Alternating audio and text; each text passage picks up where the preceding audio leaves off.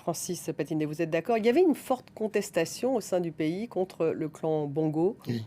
Je souscris tout ce qu'a dit Vincent, mais je crois que le clan Bongo va au-delà de la famille Bongo. Parce que ceux qui sont au pouvoir, le militaire qui est au pouvoir, que moi j'ai connu pour la première fois au début des années 2000, mais il fait partie du clan Bongo.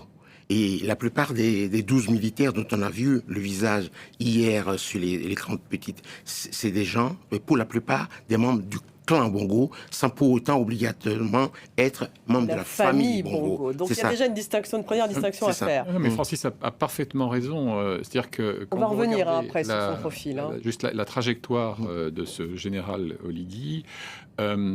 Lorsque Omar Bongo, le père, donc, sent sa santé vaciller, il le fait venir et il lui demande de s'engager, de jurer, de prendre soin de son fils Ali, dont il est bien placé pour connaître les failles et les faiblesses. Et en fait, ce pacte a été rompu. Il est vrai que Oligui a connu une forme de traversée du désert, puisqu'il a été en réalité écarté de Libreville pendant une décennie, entre 2009 et 2019, et nommé un grand classique du genre comme attaché militaire, d'abord à Rabat au Maroc, puis à Dakar au Sénégal. Bon, mais l'honnêteté commande de constater que ce n'est pas un putsch militaire porté par une insurrection populaire.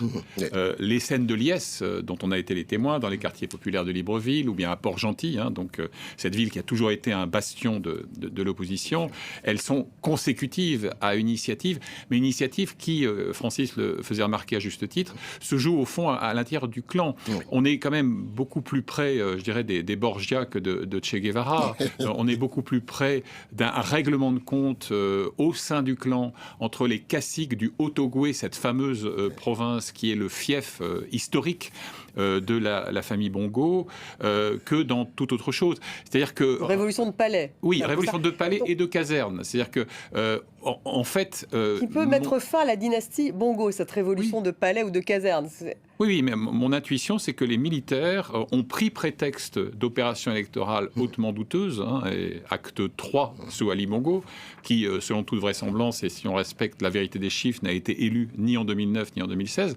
En fait, ils se sont engouffrés dans cette fenêtre de tir, parce qu'avant, c'était trop tôt. Après, ils auraient pu être eux-mêmes balayés par le ressentiment populaire, et c'eût été trop tard.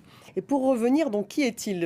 Vincent disait, vous le disiez aussi, il fait partie du clan. Il a plutôt, c'était même un proche donc, de Ali Bongo. Et qu'est-ce qui s'est passé en fait au départ? Il y a eu une revanche à prendre contre lui? Vincent disait tout à l'heure, il a été éloigné donc pendant une dizaine d'années au Maroc puis au Sénégal. Mais je dois mettre l'accent aussi sur les rapports exécrables qu'il entretenait avec Sylvia Bongo et avec Noureddine. Donc la femme avec la femme et le fils et tout le petit clan qui entourait le fils. Et apparemment, depuis son retour, il se sentait humilié de façon constante par l'épouse, donc Sylvia, et par le fils. Mais ça suffit pas pour faire réussir ça suffit pour faire un coup d'État, mais si on ajoute ça à tous les arguments que Vincent a avancés tout à l'heure, et qu'on ajoute ça au fait qu'il a été quand même, il a gardé du ressentiment par le fait d'avoir été écarté et éloigné du pays, parce que c'est un des gardiens des secrets de la République gabonaise. Parce que quand moi je l'ai connu, il était derrière le président Omar Bongo. Il était un de ses aides de camp, et sinon le principal. Mais pourquoi a-t-il changé de camp, Francis? Parce qu'il vaut mieux s'aborder son propre camp pour préserver l'essentiel que de laisser d'autres faire le ménage. Et donc moi je trouve qu'il sauve la maison Bongo d'une certaine manière en faisant son... En l'assassinant. Non. Non, mais change-t-il vraiment de camp? En fait, la ligne de fracture. Non, mais la ligne de fracture à l'intérieur même du clan Bongo entre les caciques qui se veulent au fond les héritiers du père et ceux qui sont souvent perçus comme des opportunistes qui ont gravité dans l'entourage du fils, cette ligne de fracture, elle est très clairement dessinée. Or, lui, c'était ce qu'on appelait à l'époque, je m'en souviens, un petit de Omar, au sens où c'était l'un de ses... Il était son aide de camp. Et donc, lui, d'une certaine manière, aux yeux de beaucoup de Gabonais, quinquagénaires et au-delà, il incarne plutôt la fidélité au père défunt que celle au fils, dont beaucoup estiment qu'il a en quelque sorte dévoyé l'héritage familial. Il a absolument raison, parce qu'en 2009, quand le père Bongo se mourait en Espagne, il faisait partie des rares qui étaient autour de lui. Et c'est lui quasiment qui lui a fermé les yeux. Francis, il y a une dimension communautaire également. Oui, il y a la dimension communautaire, mais l'actuel détenteur du pouvoir à Libreville, par son père, est du nord, est du Wollentem, vers la frontière du Cameroun, et c'est par sa mère seulement qu'il a le lien avec les Bongos. Mais juste pour être précis et complet, parmi ceux qui ont profité de la manne financière et de l'argent du pétrole gabonais, il y a beaucoup d'hommes politiques français. Oui. Donc il n'y a pas que le clan, il y a beaucoup d'hommes politiques français. Donc on va revenir bien sûr sur la relation avec la France, mais juste pour terminer justement sur cet aspect peut-être communautaire qu'on connaît peu, Vincent, donc ce général effectivement vient du Nord par son père, mais effectivement il est lié à la famille directement par sa mère. Ouais. Sa généalogie est intéressante et elle est significative, c'est-à-dire qu'il est Fang par son père, lequel d'ailleurs ne l'avait pas reconnu à la naissance. Il a été élevé par sa mère qui elle est Téké, c'est-à-dire elle de la province du Haut-Ogooué précisément, donc même filiation, je dirais, communautaire et identitaire que les Bongos, et donc il a davantage, lui, évolué dans ce milieu-là.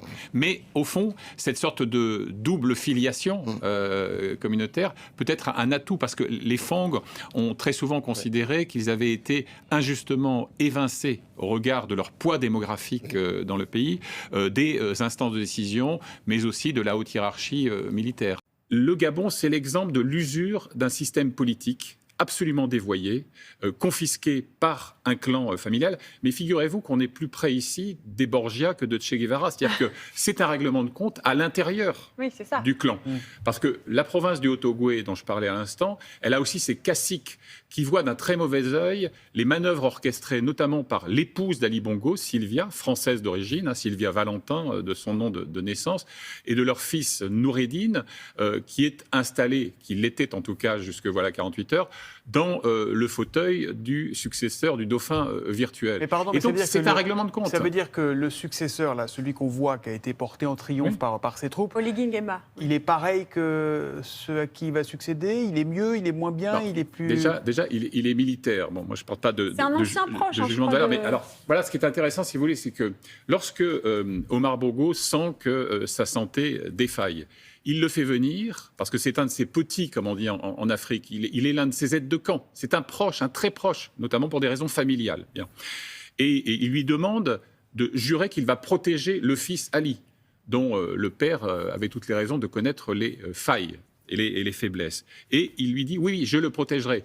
Ça a été vrai jusque 48 heures, parce qu'ensuite, si vous voulez, il est écarté dès 2009, lorsque Ali parvient au pouvoir, dans les circonstances que je rappelais tout à l'heure.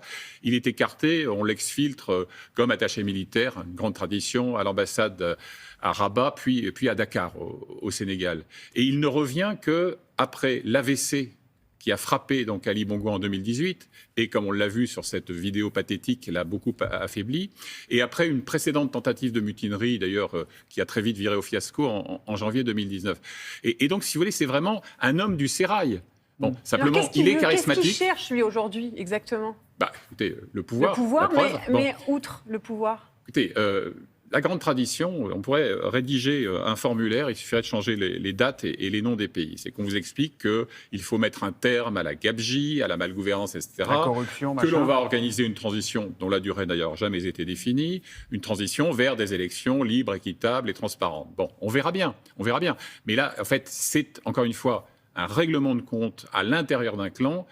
Les gens qui ont scènes de fraternisation, de liesse, etc., se sont engouffrés dans la brèche. Ce n'est pas le résultat d'un soulèvement populaire. C'est une révolution de palais et de caserne. Très différent de ce qu'on voit au Niger, où il y a vraiment un sentiment anti-français très fort, de ce qu'on voit au Mali, où il y a une menace djihadiste. Vous dites là, c'est presque une série télé, c'est un problème de famille qui est en train de se régler et qui ne changera pas grand monde. C'est ça la conclusion? Mais qui évidemment, a une résonance, parce qu'il y a l'usure d'un système.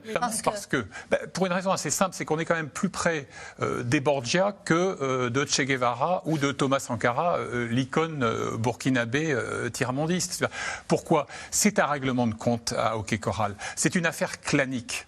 Tout ça se joue en fait dans une province qui s'appelle le Haut-Ogooué, qui est le fief de la dynastie Bongo. Vous dites dynastie, peut-être qu'on peut rappeler aux gens qui nous regardent ce soir, qui ont entendu parler. Voilà, c'est ça. Avec Omar, donc Omar Bongo, le père d'Ali. Et si vous voulez, il y a des caciques dans le Haut-Ogooué, donc de l'ethnie Téké, ce qu'on appelle les Batéké, qui voient d'un très mauvais œil les tentatives qui sont faites aujourd'hui, notamment orchestrées par Sylvia, née Sylvia Valentin, l'épouse d'Ali Bongo, pour pousser leur fils Nourdine, dans le fauteuil du successeur. En gros, si on met de côté, c'est vrai que c'est... Révolution de palais et de caserne. C'est ça. Et pas du tout, rien à voir avec ce qui s'est joué au Sahel. D'accord. Les facteurs explicatifs ne sont pas du tout de même nature.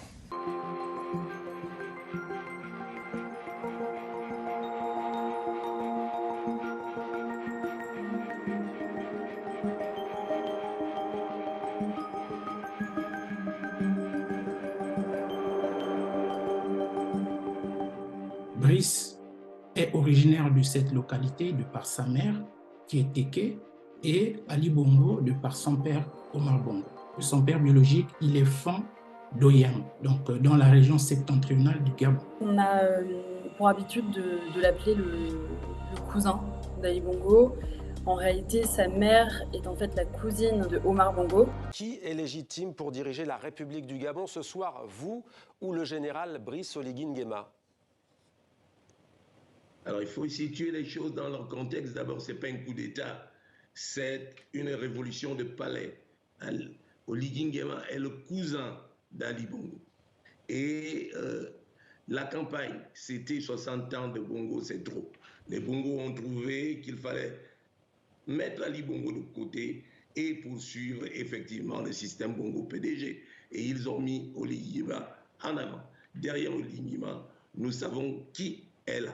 Donc c'est toujours le système Bongo qui continue, c'est pas un coup d'État. Qui est là? Derrière? Eh bien, derrière Oligui Nguema, il n'y a pas à chercher, c'est Pascaline Bongo qui est là, c'est tout. Donc Oligui Nguema n'est qu'un sous-vivant. Il y a derrière Oligui Nguema, Pascaline Bongo. Et le clan Bongo continue avec le pouvoir. Vous dénoncez donc une révolution de palais, c'est du népotisme selon vous? C'est une révolution de palais.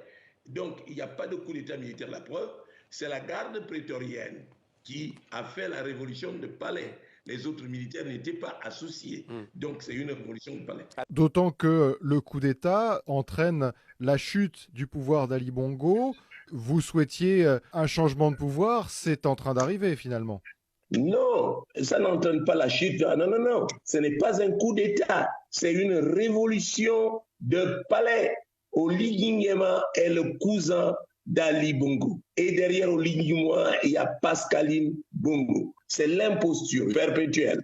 Les Bongo ne perdent rien. Ils se remettent en selle pour renouveler le système Bongo PDG à travers Oligui Nguema. C'est la garde prétorienne qui a fait le coup. Les autres militaires n'y étaient nullement associés.